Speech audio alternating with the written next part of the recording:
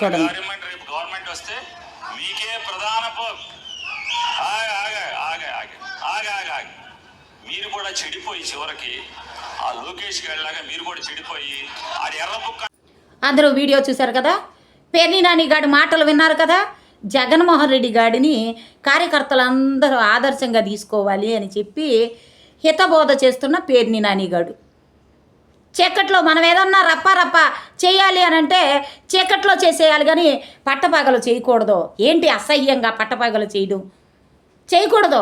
జగన్మోహన్ రెడ్డి గారు చూడు, చక్కగా బాబాయిని చంపేసి తెల్లారి వెళ్ళి పక్కన కూర్చుని కళ్ళబొల్లి కన్నీళ్లు కారుస్తూ నారాసుర రక్త చరిత్ర అని చెప్పి పరామర్శించి అక్కడే ఉండి దగ్గరుండి కార్యక్రమాలు చేశాడు.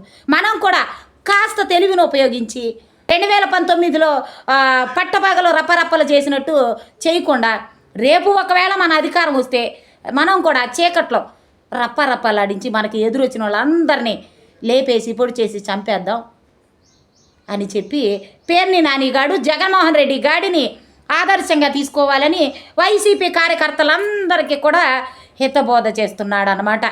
పేర్ని నానిగా నువ్వు మర్యాద ఇచ్చి మాట్లాడితే నారా లోకేష్ గారు అని నువ్వు మాట్లాడితే జగన్మోహన్ రెడ్డి గారు పేర్ని నాని గారు అని మేము మాట్లాడతాం.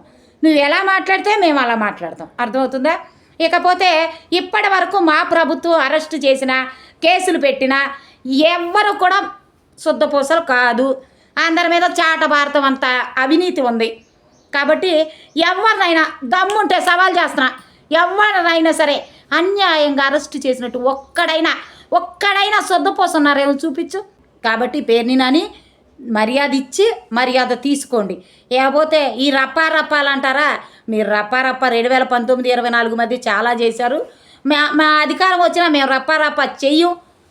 మీరు ఏదైనా అన్యాయం చేస్తే అక్రమాలు చేస్తే కేసులు పెడతాం తప్ప ఇలా రప్ప నరికే సంస్కృతి మా టీడీపీకి లేదు, కూటమి ప్రభుత్వానికి లేదని చెప్పి తెలియజేస్తూ సెలవు తీసుకుంటున్నాం. మీ అసలు